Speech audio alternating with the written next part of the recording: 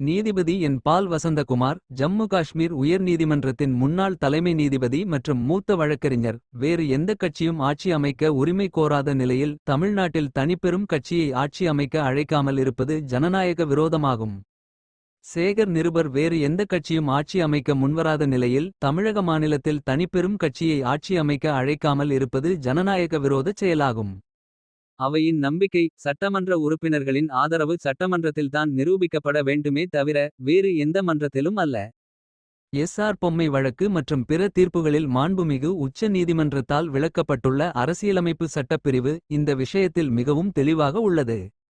எனவே தமிழக ஆளுநர் தனிப்பெரும்பான்மையான கட்சியின் தலைவரை அரசாங்கத்தை அமைக்க அழைப்பதற்கும் கூடிய விரைவில் சட்டமன்றத்தில் பெரும்பான்மையை நிரூபிக்குமாறு கோருவதற்கும் சட்டப்படியும் அரசியலமைப்புப்படியும் கடமைப்பட்டுள்ளார். நீதிபதி என் பால் வசந்தகுமார், ஜம்மு காஷ்மீர் உயர் நீதிமன்றத்தின் முன்னாள் தலைமை நீதிபதி மற்றும் மூத்த வழக்கறிஞர்.